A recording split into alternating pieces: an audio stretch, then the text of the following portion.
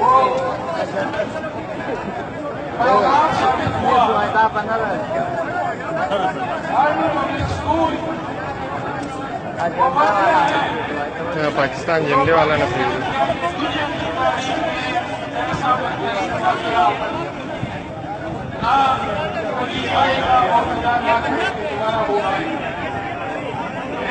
साथ नहीं दे रहे हैं क्योंकि वो शहीद बच्चे पाकिस्तान झंडे रावड़ की अगल तन प्रेरित किस तरह उस पर सियासत की गई। मैं आज इस देश से पाकिस्तान आर्मी कमर जावेद बाजवा